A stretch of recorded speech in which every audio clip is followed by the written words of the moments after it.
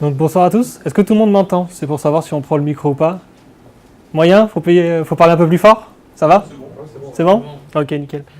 Bah, comme l'a dit Lionel, merci à tous d'être venus. Pardon? Oui, je parle encore un peu plus fort? C'est bon, bon, merci beaucoup. Donc comme l'a dit Lionel, merci à tous d'être venus. Même un soir de match, un soir de fête de la musique. Donc merci d'être venus à ce meet-up sur les introductions à l'infrastructure as code. Je m'appelle Laurent Vasseur, je serai accompagné de Maxime Thibault lors de cette conférence et on va d'ailleurs se présenter un peu plus tard dans ce meet-up. Donc comment va se dérouler ce meet-up? Premièrement, nous allons parler des méthodes de déploiement qui se fait actuellement en entreprise. On va donc les décrire, il y en a 3, le déploiement manuel, le déploiement par script et le déploiement par IAC, par infrastructure as code. Et on va justement les comparer. Ensuite, ça sera l'occasion d'introduire les principes qui sont liés à l'infrastructure as code et nous les mettrons en place grâce à une démonstration. En fait, tout bêtement, nous allons déployer une petite infrastructure donc avec des technologies IAC directement sur AWS. Devant vous, on va vous expliquer comment on fait et quels sont les logiciels qu'on utilise. Ensuite, étant donné que Maxime et moi-même, nous revenons d'un stage à l'étranger, donc moi-même au Vietnam et Maxime en Bulgarie, nous avons utilisé ces technologies et ça sera l'occasion pour nous de faire un retour sur expérience sur ces technologies. Et enfin, nous terminerons avec une conclusion. Donc premièrement, je vais me présenter, je m'appelle Laurent Vasseur, je suis actuellement en 4e année à l'école d'ingénieurs d'Alexia Cési de Toulouse, donc c'est l'école qui vous accueille aujourd'hui, et je suis en spécialité système et réseau.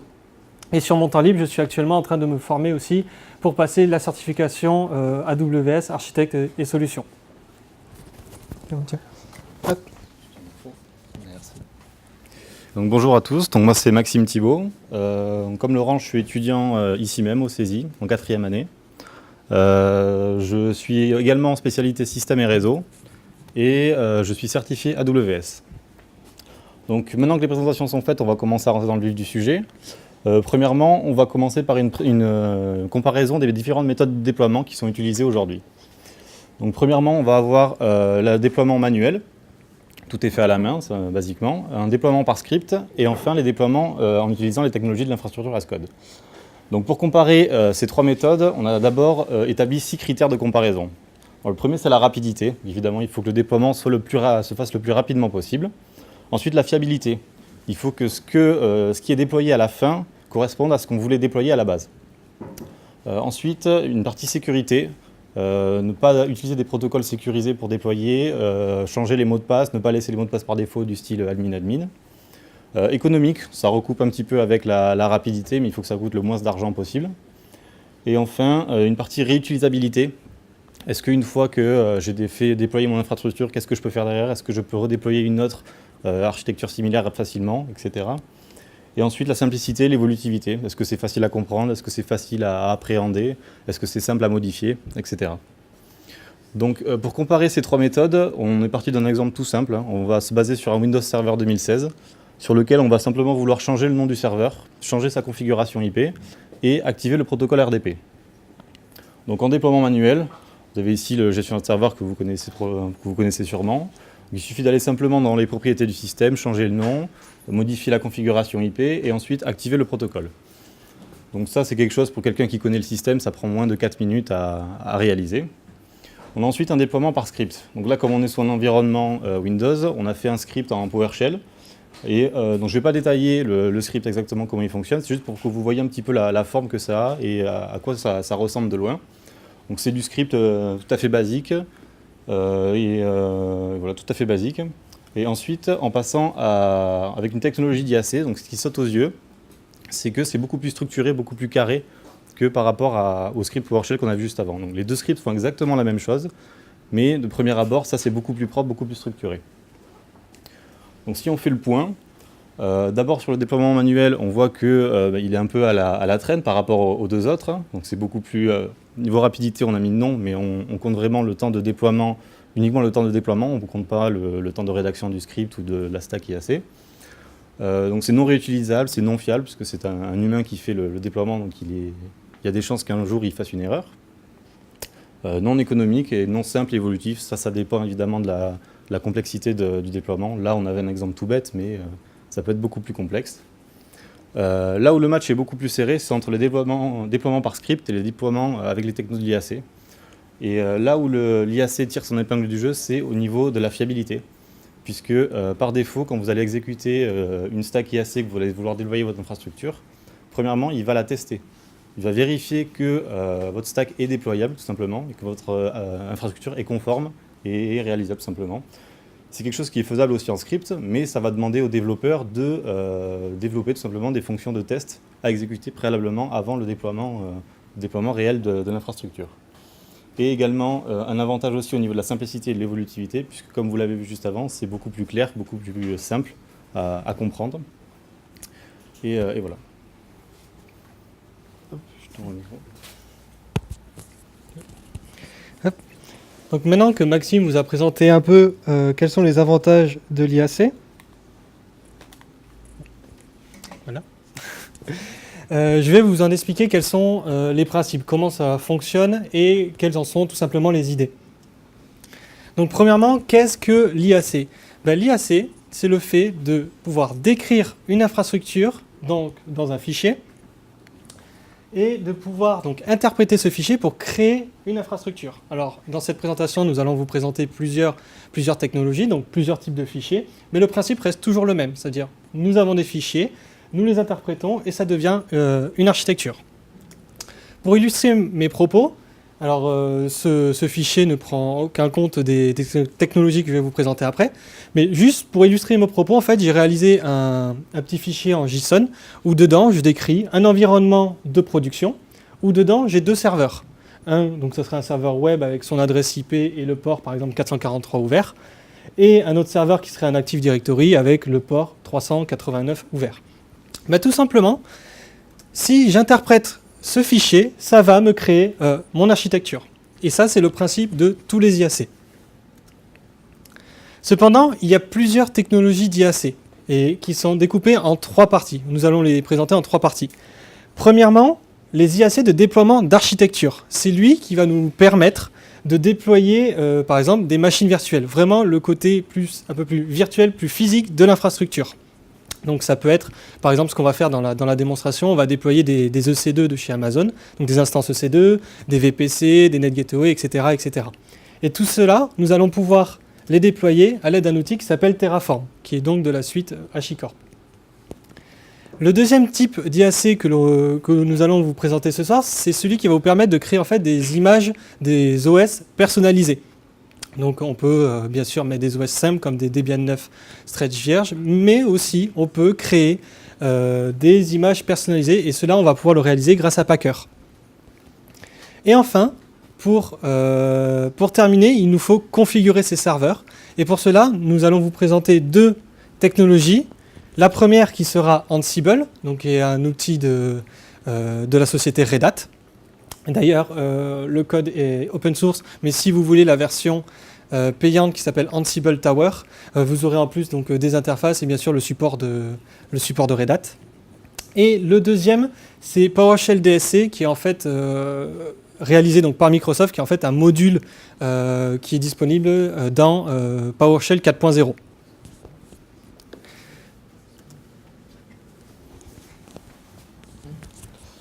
Donc, comme Laurent vous l'a dit, on va utiliser Terraform, Packer, Ansible et PowerShell DSC.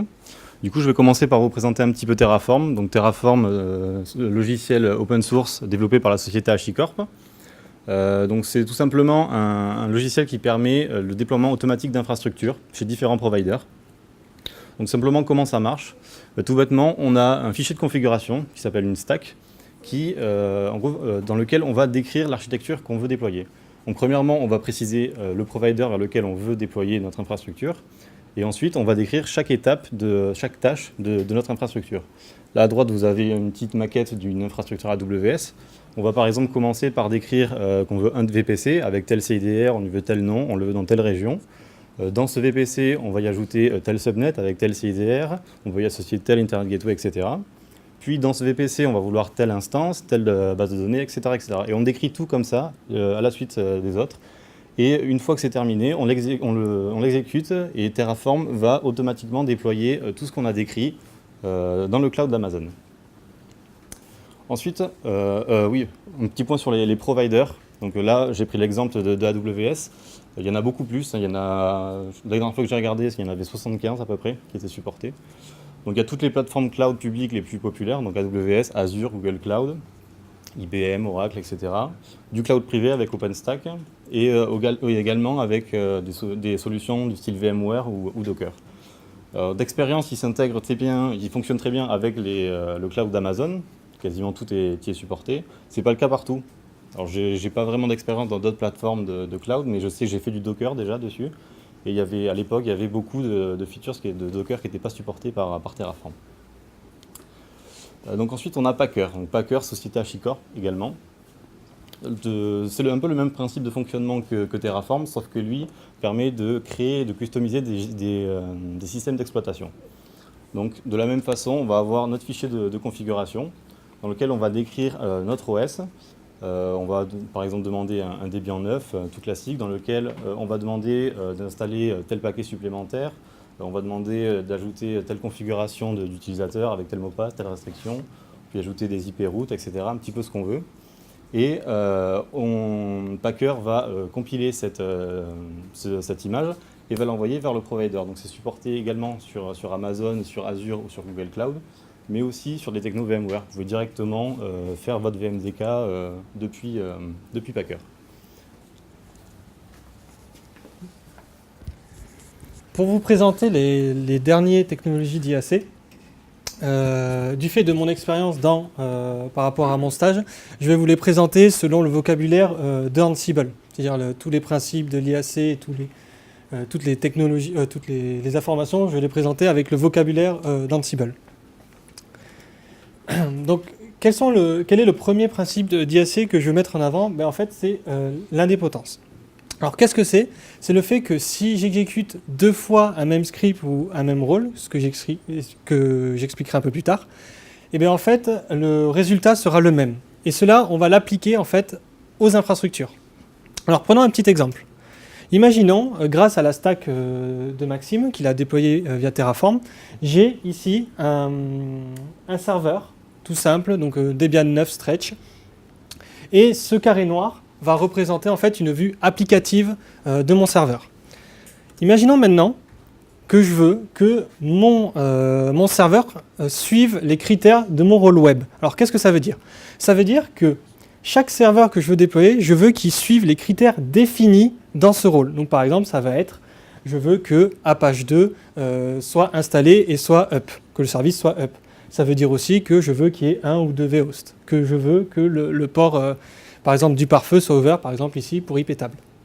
Mais ça marche aussi pour plusieurs rôles, c'est-à-dire qu'on peut les cumuler. Donc par exemple ici, si je rajoute un deuxième rôle, ce qui serait database, donc ça serait par exemple MySQL. Donc il installerait la base de données MySQL et il ouvrirait le port dans le pare-feu. Donc imaginons, mon serveur est vierge et je dis à mon serveur, je veux que tu suives ces rôles-là. Et bien qu'est-ce qui va se passer? Il va, lors de l'exécution, il va regarder en premier si le service Apache 2 il est installé. Il va en déduire que non puisque la machine est vierge. Du coup, il va l'installer. Pareil, il va regarder s'il y a le vhost, il va en déduire que non, et il va l'installer, etc., etc. Pareil pour le rôle database. Si je l'exécute une deuxième fois, qu'est-ce qui va se passer? J'exécute le rôle web. Il va regarder si le service Apache 2 il est up. Il va voir que oui, puisque je l'ai up à la première exécution. Du coup, il ne va rien modifier. Du coup, il va aller à la suite. Il va regarder le critère prochain. Il va voir qu'il y a les VROS, etc., etc. Et ce principe, c'est le principe d'indépendance et il permet de gagner beaucoup de temps en maintenance parce que si on déploie, là il n'y a que deux rôles, mais si on en déploie plusieurs, si vous voyez qu'il y a des changements sur des serveurs qui ne devraient pas avoir, alors c'est qu'il y a un problème au niveau de ce principe et vous allez perdre beaucoup de temps en débugage, etc., etc. Le deuxième principe que je veux mettre en avant, c'est le système de host. Alors, qu'est-ce qu'un host? Imaginons, vous êtes une société de développement informatique et vous avez deux environnements. Imaginons un environnement de production, donc avec une Active Directory, donc une forêt, un DHCP, un DNS, que pour cet environnement-là. Et ça sera mon groupe A, donc mon host 1. Imaginons que vous avez un deuxième environnement pour les tests, donc avec un Active Directory, pareil, un DHCP et un DNS. Sauf que bien sûr, ils sont différents. Et bien tout simplement, on peut se dire que les variables de ces environnements sont différents. Et on va pouvoir les décrire dans un fichier qu'on appelle l'inventory. Dans ce fichier inventory, nous allons répertorier tous les serveurs qui sont dans cet environnement et leur donner automatiquement les bonnes variables. Et cela permet donc de gérer très facilement un système d'information malgré qu'il y ait plusieurs environnements. Alors maintenant qu'on vous a présenté les différents principes et les différentes technologies, on peut se dire que l'association de celles-ci permettrait de déployer entièrement un système d'information. Je reprends l'exemple. Si on veut déployer des instances sur Amazon ou des VPC, etc., nous allons pouvoir le réaliser avec Terraform. S'il nous faut un système d'exploitation un peu particulier, un peu personnalisé, nous pourrons le réaliser avec Packer. Et si on veut le configurer selon l'environnement, nous allons pouvoir le faire via Ansible et PowerShell DSC. Du coup, ces technologies se complètent et peuvent créer donc un pipeline de déploiement automatisé pour les systèmes d'information. Cependant, il peut aussi servir pour autre chose. Donc imaginons, nous prenons que quelques petites parties de cette automatisation. Il peut servir aussi pour l'implémentation d'un déploiement automatique pour une application, par exemple. Imaginons, à chaque fois, vous avez besoin de créer un nouvel environnement, sauf que vous allez modifier le Ansible, par exemple, par un Docker. Du coup, il peut servir aussi pour le déploiement continu.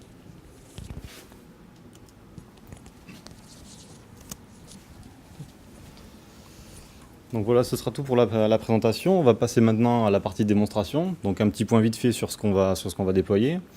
Tout bêtement, on va utiliser la plateforme de cloud d'Amazon pour y déployer une infrastructure assez simple. On va déployer simplement un VPC qu'on va configurer pour qu'il soit connecté à Internet. Et dans ce VPC, on va y déployer deux instances EC2. Donc une instance qui va simuler la production, une autre qui va simuler l'environnement, le test. Donc ça, ce sera la partie Terraform. Et ensuite, avec Ansible, on va configurer ces deux instances avec deux serveurs WordPress.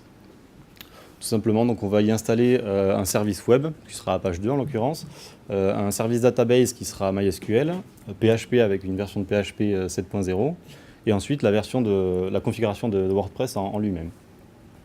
Ce qui nous fait au final, on va avoir sur Amazon deux serveurs WordPress différents, directement accessibles en HTTPS, et qu'on va déployer automatiquement tout de suite depuis ici. Je fais juste un petit point si jamais ça vous intéresse. Tout le code qu'on va exécuter pour cette démonstration, donc le Terraform et l'Ansible, est disponible sur notre GitHub. Donc, je vais commencer par Terraform. Alors d'abord un petit point sur la console AWS. Là c'est notre console EC2, vous voyez que tout simplement il n'y a rien, il n'y a aucune instance de lancer. Alors, je vais faire juste un petit zoom. Est-ce que vous voyez bien au fond là? Oui, non? Ça va? Pas du tout. Donc tout bêtement, une stack Terraform, voilà à quoi ça ressemble. Donc c'est des fichiers en .tf, .terraform, dans lequel on va décrire l'infrastructure. Vous avez ici, que j'ai découpé en plusieurs fichiers, vous avez ici la partie provider, dans laquelle je déclare quel provider je veux utiliser. La partie VPC ici, où j'explique un petit peu ce que je veux comme VPC, donc le VPC, mes route tables, le nom, le subnet, etc. Voilà, et là j'ai mes instances, où je dis je veux une instance 1 avec telle configuration, etc. Donc je décris au fur et à mesure toutes mes tâches. Il y a un système de variables sur Terraform. Donc on peut utiliser un fichier tf-vars. Il faut juste au préalable déclarer une variable dans un fichier et assigner une valeur à ces variables dans un fichier à part. Donc il y a plein de façons de faire. On peut tout faire en dur comme on veut, mais ça c'est les best practices recommandées par HashiCorp directement. Et ça permet d'avoir un fichier à part ou avec la centralisation de toutes les variables. Et ça permet à quelqu'un qui veut réutiliser la stack pour faire déployer la même chose mais différentes configurations, il a simplement à modifier ce fichier-là. Donc pour l'exécution, comment ça fonctionne? Dans un premier lieu, je vais faire un Terraform init. Donc, qu'est-ce que ça fait Terraform init? Tout simplement, il va scanner ma stack, il va récupérer le provider que je souhaite pour déployer ma stack, et il va me télécharger toutes les dépendances, toutes les librairies pour que je puisse communiquer directement avec cette plateforme. Voilà, tout a été téléchargé. Hop. Maintenant, je vais faire un Terraform plan. Donc, qu'est-ce que ça fait? Ça va scanner ma stack, justement, et ça va me faire un récapitulatif de tout ce que je veux déployer, tout ce qu'il y aura à déployer. C'est aussi, comme je vous disais au début, la stack va d'abord tester si le déploiement est faisable. Le Terraform plan fait uniquement la phase de test, avec un récapitulatif de tout ce que j'ai à déployer. Alors, je ne sais pas si ça va être très visible pour ceux du fond, mais je vous explique en gros, c'est chaque déploiement un par un qui est expliqué. Une fois que c'est bon, j'ai simplement à faire un Terraform apply directement. Terraform apply qui au préalable refait un Terraform plan, hein, qui va rescanner d'abord ma stack, voilà, et qui me demande tout simplement si oui ou non je veux déployer. Je mets oui, et là c'est parti. Automatiquement il est en train de me déployer toute mon infrastructure que j'ai préalablement décrite sur AWS. Alors le temps de déploiement dépend évidemment de ce que vous voulez déployer, de la taille, du nombre de tâches que vous avez. Il y a des ressources sur Amazon qui mettent plus ou moins de temps. Par exemple, je sais qu'une Internet Gateway, ça met en général un peu plus de temps que créer un VPC ou créer un subnet. Donc voilà, là il est en train de tout déployer. Normalement ça met en une vingtaine de secondes à peu près pour ce style d'infrastructure. Hop.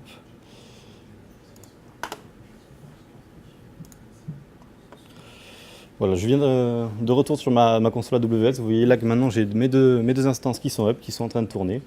Donc elles tournent dans leur VPC que j'ai configuré au préalable. Toutes les deux ont une adresse IP publique. Et la stack m'indique bien que tout le déploiement s'est déroulé correctement et que ça a mis une trentaine de secondes à se déployer. Un point important avec Terraform, à chaque fois que vous faites un déploiement, il génère un fichier tfstate qui ressemble à ça, donc c'est un fichier JSON. C'est tout simplement une description de l'état de mon déploiement au moment où je l'ai exécuté. Laurent vous parlait du principe d'indépendance tout à l'heure. Ça s'applique également à Terraform. Si là je refais un Terraform apply et que je veux la redéployer, au préalable il va aller vérifier dans ce fichier que ce qu'il doit déployer, c'est pas déjà déployé, pour éviter de surcharger mon cloud AWS tout simplement. Vous avez ici encore donc, tout le détail de tout ce que j'ai déployé. C'est également utile quand on veut détruire la stack. Un simple Terraform destroy pourra être sûr de détruire les bonnes choses. Il ne peut détruire que ce qu'il a déployé. Et c'est avec ce fichier, sur ce fichier-là, qui se base. Donc voilà, c'est bon pour Terraform. Donc on a nos deux serveurs qui sont up. Il ne reste plus qu'à les configurer. Et ça, c'est la partie Ansible. Donc maintenant que les serveurs sont déployés donc, à l'aide de Terraform, eh bien, on va les configurer à l'aide d'Ansible. Alors comme on l'a précisé un peu avant, nous avons créé 4 rôles. Donc le rôle Apache2, qui globalement va vérifier si Apache2 est up et qui va aussi faire une requête jusqu'à Let's Encrypt grâce au certbot. Une qui va vérifier qu'il y a bien le service MySQL qui tourne et qui est installé. Un autre qui va vérifier qu'il y a bien un PHP, donc ça sera notamment pour WordPress. Et enfin, un dernier qui va en fait tout simplement checker s'il y a WordPress et installer WordPress s'il n'y est pas. Alors, comment ça se décrit? Déjà, il faut savoir qu'un rôle est décomposé en plusieurs parties, mais je vais directement aller à une des plus importantes qui est en fait task. Dans ce fichier, en fait, c'est là où on va définir nos critères. Quels critères notre serveur doit respecter. Donc là, on n'est pas sur du JSON, comme sur Terraform et Packer, mais on est sur du YAML, ce qui est globalement pareil, c'est un langage de description comme un autre. Pour chaque tâche, je vais définir un nom, donc là par exemple, install Apache de paquet, et je vais définir un état dans lequel je souhaite mettre le serveur. Donc par exemple, si je prends le premier, je dis que je veux que grâce à apt, le paquet Apache2 soit présent. S'il n'est pas présent lors de l'exécution du playbook, alors il va me l'installer. Prenons un deuxième exemple. Vous savez que lorsqu'on installe Apache2 pour la première fois, il crée des fichiers par défaut. Et bien je vais dire, je veux que le fichier qui soit là, donc c'est le 00default.conf, c'est le fichier par défaut d'Apache2, je veux qu'il soit absent. Et du coup, il va faire de façon que ce fichier soit absent. Donc, du coup, il va le supprimer. Et vous pouvez d'ailleurs voir ici qu'il y a un petit notify qui, en fait, si ici il réalise une action, alors il va réaliser ce qui est marqué dans le Notify, et là du coup c'est Restart à page 2, c'est juste pour restart le service à page 2. Donc ça, ce système de description, c'est le principe d'Ansible. On va juste un peu s'attarder sur le WordPress pour vous montrer une deuxième fonctionnalité qui est très intéressante, qui est en fait la création de templates. Alors à quoi ça sert un template ? Comme son nom l'indique, ça va permettre de créer en fait un template de fichier de configuration. Comme je l'ai dit un peu avant dans la présentation, si on a plusieurs environnements, mais qu'on veut la même configuration, mais avec des variables d'environnement différentes, typiquement, nous allons pouvoir le réaliser grâce à ces templates qui sont donc réalisés en Jinja 2. Prenons un exemple. Lors de cette présentation, nous allons pouvoir accéder via HTTPS à nos serveurs WordPress. Donc, on va avoir en fait des noms de domaines différents. Ici, nous pouvons retrouver donc entre les deux accolades une des variables de ces environnements. Donc là, pour le coup, je l'ai appelé Apache2 et c'est le domaine. Du coup, ce template, je vais pouvoir l'utiliser pour cet environnement, mais aussi pour un autre environnement, etc. etc. J'en aurai juste besoin de définir les variables. Tac. Je vous ai aussi parlé donc, de Playbook. En fait, c'est là où je vais définir à quels hôtes en fait, je vais donner mes rôles ou d'autres critères. Donc là, on peut voir qu'à tous les hosts WordPress hôtes, je vais leur donner le rôle Apache 2, MySQL, PHP et WordPress, tout simplement. Alors, juste une petite chose pour AWS, on ne peut pas se connecter de base en SSH sur le root, il faut passer donc par l'utilisateur admin, mais on peut faire l'équivalent d'un sudo avec les commandes become yes et become user root. Donc maintenant qu'on a réalisé ça, on va pouvoir exécuter. Donc comment on exécute ? Pardon.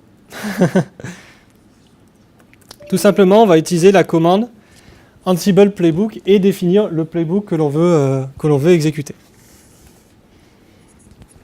Et là, on exécute le playbook. Alors, qu'est-ce qui se passe ? Premièrement, vous pouvez voir, il y a une tâche de setup. En fait, dans cette tâche de setup, il va voir s'il peut arriver à configurer les serveurs. En fait, il regarde s'il peut se connecter en SSH parce que pour configurer les serveurs, Ansible se connecte en SSH. Ensuite, ce qu'il va réaliser, il va passer toutes les tâches un par un et il va me mettre qu'est-ce qui s'est passé au niveau de la tâche. Par exemple, la première tâche que je vous ai montrée, c'est Apache2 install Apache2 packet. Et bien là, il me dit que sur les deux adresses IP, donc c'est les deux adresses IP des serveurs que l'on a créés, il y a un état change. Ça veut dire que l'état entre avant et après l'exécution a changé. Globalement, il a réalisé une action sur le serveur. Du coup, on va voir le déroulé de toutes les actions, parce que contrairement à Terraform, il ne va pas nous créer de fichiers à la fin nativement comme le fait Terraform. Ensuite, là on peut voir en fait que c'est le déroulé de toutes les actions qui vont être réalisées. Donc là on en est par exemple au rôle MySQL où il a checké s'il y avait MySQL, il a seté les routes password, etc. Là il est en train de l'installer. Une des choses bien avec Ansible, c'est que le temps de déploiement ce n'est pas le fait qu'il y ait beaucoup de machines à configurer qui va faire que le temps de déploiement sera long. Étant donné qu'il se connecte en SSH, le travail se fait plutôt du côté du serveur. Là, ce qui prend le plus de temps, pour le coup, c'est l'installation de MySQL. Parce que c'est une base de données, etc., etc. Donc là, on est toujours en train de configurer le serveur. Nous arrivons au dernier rôle, donc, qui est WordPress. Il est en train de créer les utilisateurs, etc., etc. Pour cette présentation, on a aussi réservé des noms de domaine en avance, donc sur Freenom, pour qu'on puisse faire des requêtes au niveau du certbot, pour que ça soit plus fluide lors de la présentation. C'est pour ça que je vais vous montrer juste avant les noms de domaine qu'on a réservés. On pourra aller tester ça. Là, on arrive à la fin du script. Donc là, on a créé un petit script en PHP pour automatiquement configurer WordPress, pour qu'on ait directement un admin, etc., etc. Alors là, sur AWS, mais après les serveurs, si potentiellement il y en a un certain nombre. Alors, qu'est-ce qui se passe, c'est que en fait, on a réservé les adresses IP avec Maxime préalablement en fait. Ça, c'est dynamiquement, c'est pas possible. Parce que quand le script a tourné là avec Terraform, c'est toi qui as fixé directement les IP. Oui. D'accord. Ça, on l'a fait manuellement. Je pense que c'est possible dynamiquement, mais pour pour la présentation, on l'a fait vraiment manuellement. Et pareil, pour réserver les noms de domaine, il fallait qu'on soit toujours à la même adresse IP, sinon il aurait fallu changer le DNS, etc. etc. Ouais, le domaine, ok, mais là, ça peut pas être dynamique. Je pense que ça peut être... me génère des machines, je récupère leur petit nom, Je pense... étiquette ou je sais pas quoi. Oui, je pense que peut-être un système de tag ou... mais je pense que ça peut être...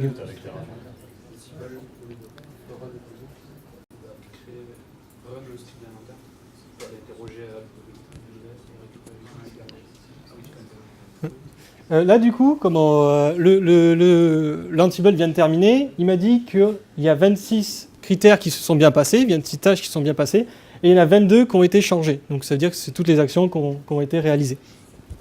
Alors je vous montre, hop, nano host, hop. Donc, hop. Ici, vous pouvez voir la page 2 SSL domain, donc la variable dont je vous ai parlé avant. J'ai décidé de prendre production.exia-saisie.tk pour la prod. Et pour le domaine de test, c'est test avec un s.exia-saisie.tk. Donc ici, on avait fait un refresh avant de déployer, donc du coup ça ne fonctionnait pas. Par contre, si on fait un F5, le serveur WordPress a été déployé donc avec le HTTPS et tout. On peut d'ailleurs tout simplement se login. Alors dans le fichier host, j'ai défini un mot de passe qui serait meetup en majuscule. Tac. Hop. Et du coup, on arrive à la console. Alors bien sûr, là, c'est pas sécurisé, c'est vraiment que pour la démo. De toute façon, tout sera détruit à la fin.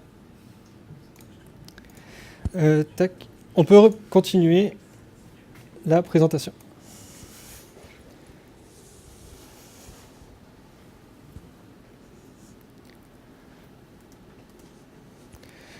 Donc retour d'expérience. Donc comme je l'ai dit au début de cette conférence, nous avons réalisé tous les deux un stage à l'étranger dans des différentes missions.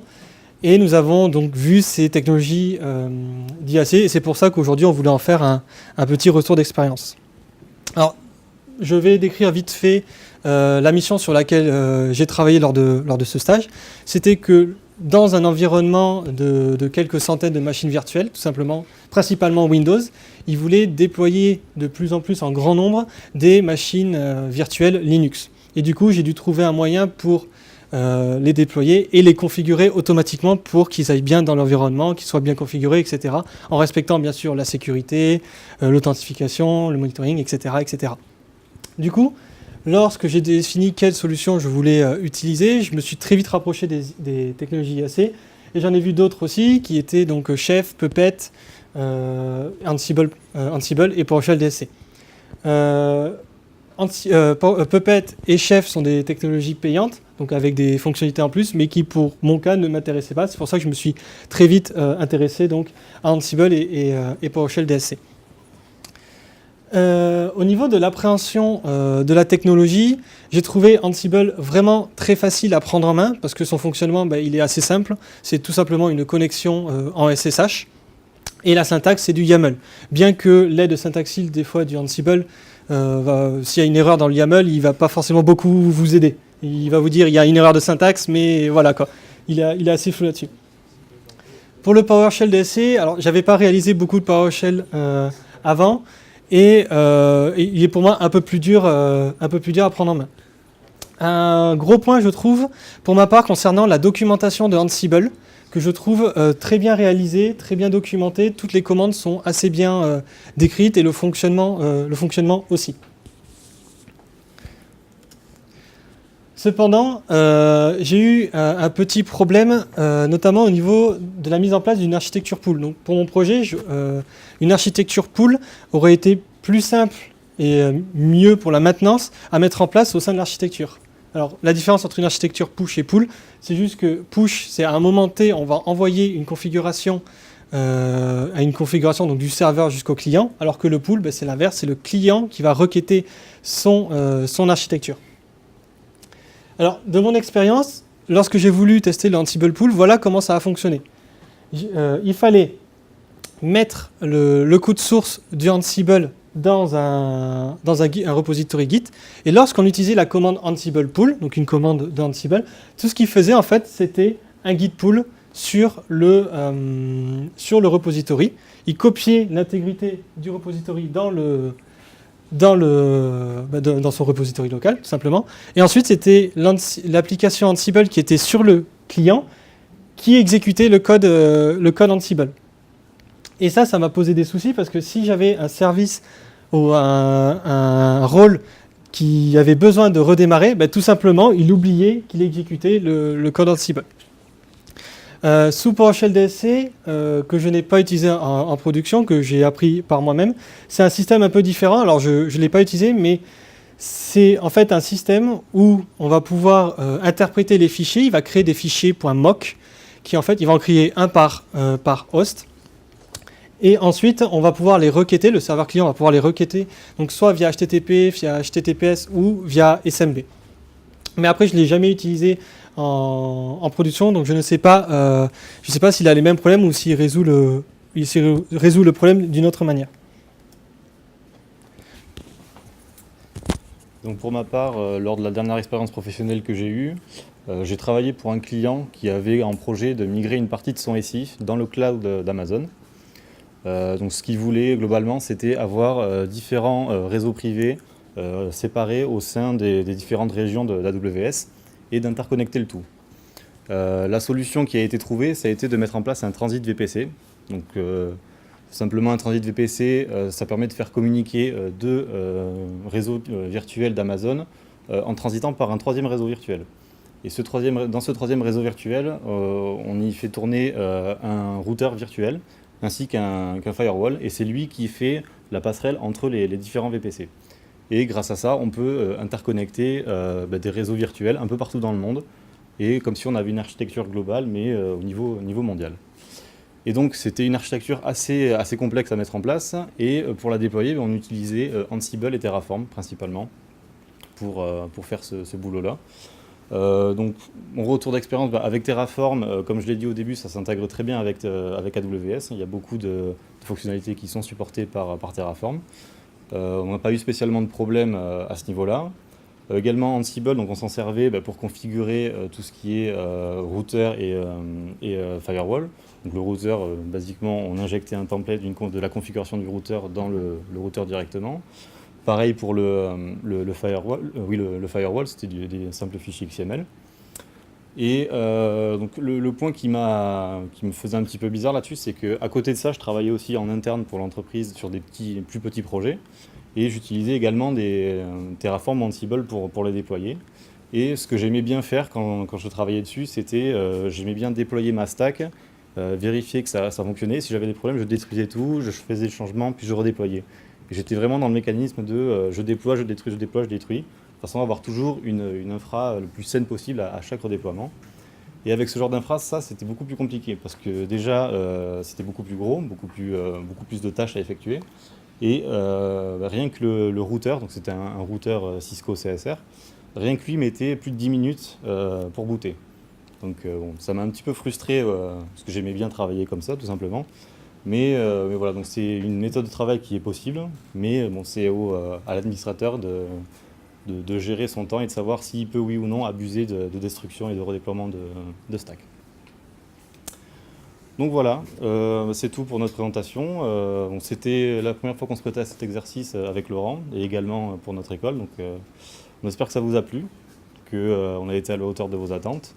En ce qui concerne l'infrastructure as code, nous c'est un domaine qu'on a découvert pendant nos dernières expériences. C'est quelque chose qu'on apprécie faire, qu'on aime beaucoup. On pense que c'est quelque chose qui aujourd'hui déjà peut intéresser beaucoup d'entreprises et à l'avenir également. Donc on aimerait continuer à travailler dessus. Et voilà, donc je tiens à vous remercier déjà, à tous d'être venus. Merci à Lionel de nous avoir acceptés dans son groupe de Toulouse DevOps. Et merci également au CESI pour l'accueil dans la salle. Donc voilà, donc avant de passer à la partie apéro avec les pizzas, le coca et tout ça, on peut faire une petite phase de questions-réponses, si vous voulez, si jamais il y a des questions. On est à votre écoute. Juste pour savoir, tu avais parlé tout à l'heure de PowerShell PowerShell DSC. Et en fait, d'après ce que moi j'avais utilisé dans le PowerShell, mais il y a vraiment longtemps, c'est que sous Windows.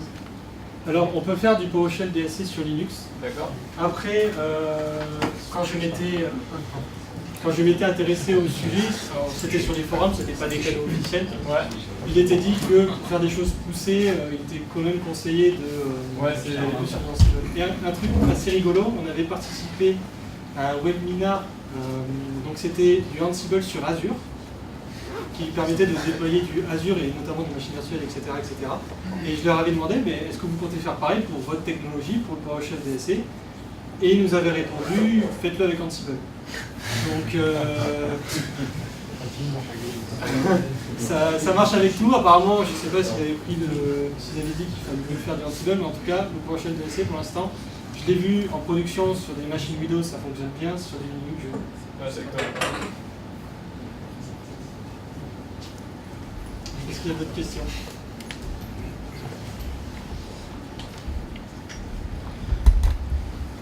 Oui. Pourquoi tu fais du Ansible Pool là, depuis tous tes serveurs? Parce que du coup, il faut un Ansible sur tous tes serveurs. Et bien justement, c'est dans l'idée, dans la maintenance, quand je l'avais discuté donc, avec l'architecte, il était plus facile, pour des raisons de maintenance, de faire du pool. C'est-à-dire qu'à un moment T, on savait dans l'état du serveur, etc., c'était beaucoup plus facile à gérer. Malheureusement, quand j'ai compris le fonctionnement de l'architecture Ansible Pool, je l'ai trouvé très contraignante pour exactement les mêmes raisons que vous.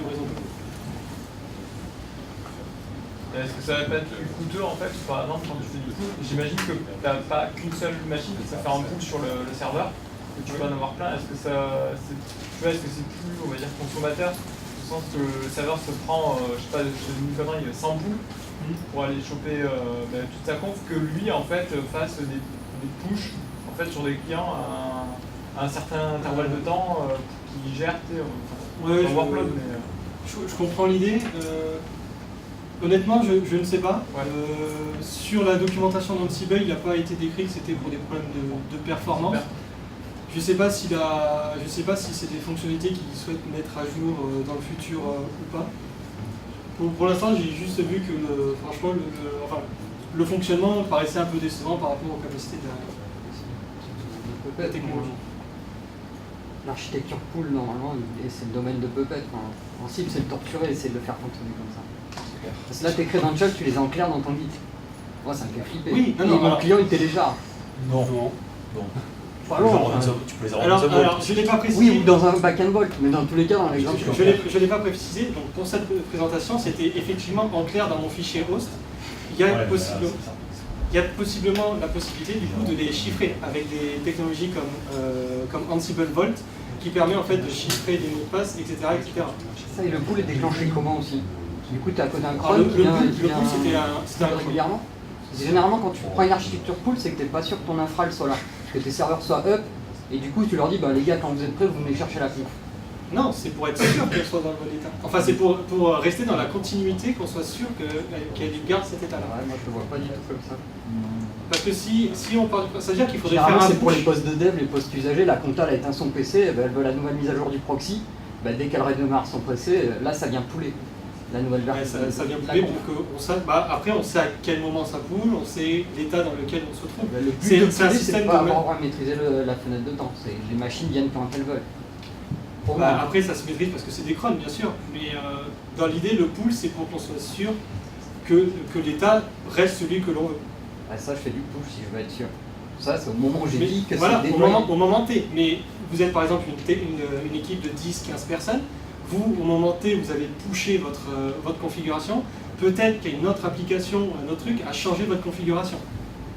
Mais du coup, vous avez pushé la configuration, vous allez vous dire, du coup c'est bon, mais peut-être que quelque chose d'autre a changé. Du coup, un Ansible Pool vous permettra toujours d'avoir l'état de la configuration qu'il faut. Non? On m'a pas convaincu. D'accord.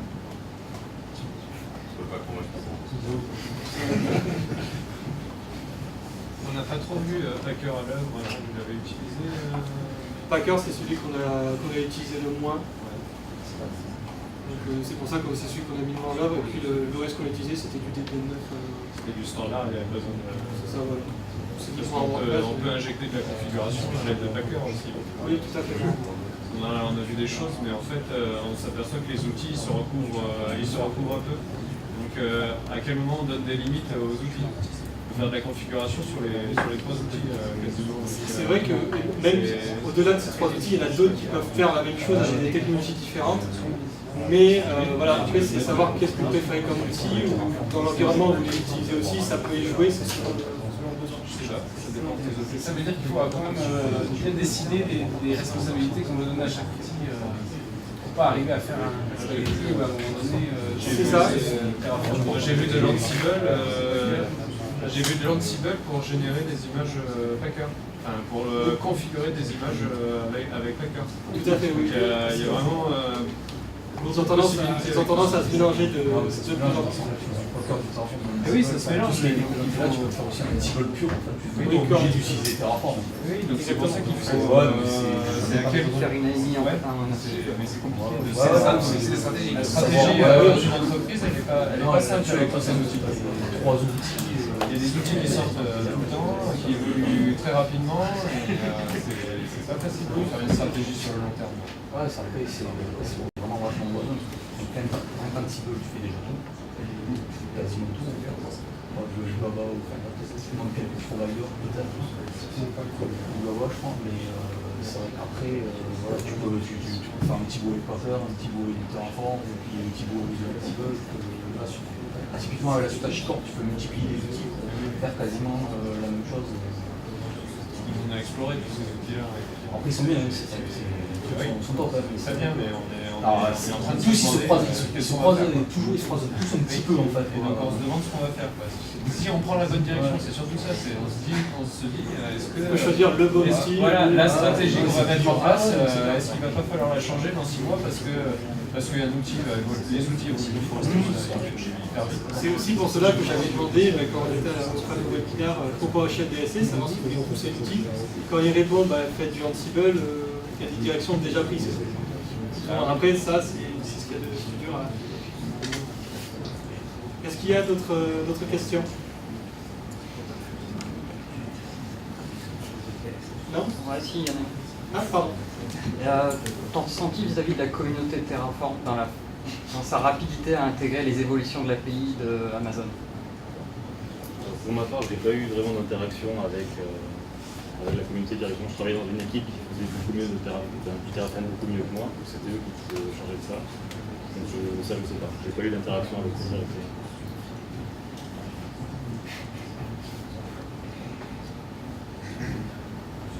D'autres questions? Oui? Pourquoi Terraform et pas CloudFormation si vous faites que du AWS? Pourquoi pas CloudFormation? Parce qu'on voulait... on aurait pu utiliser CloudFormation, qui est dédié à AWS, mais là, pour les besoins de la présentation, on voulait montrer l'outil qui est le plus large panel d'action. Tout simplement. Est-ce qu'il y a d'autres questions? Bon, écoutez, on va pouvoir passer, sortir de la salle. Vous avez toutes les pizzas qui vous attendent à l'entrée à l'accueil. À l'accueil. Quelques boissons. Merci. Merci à vous.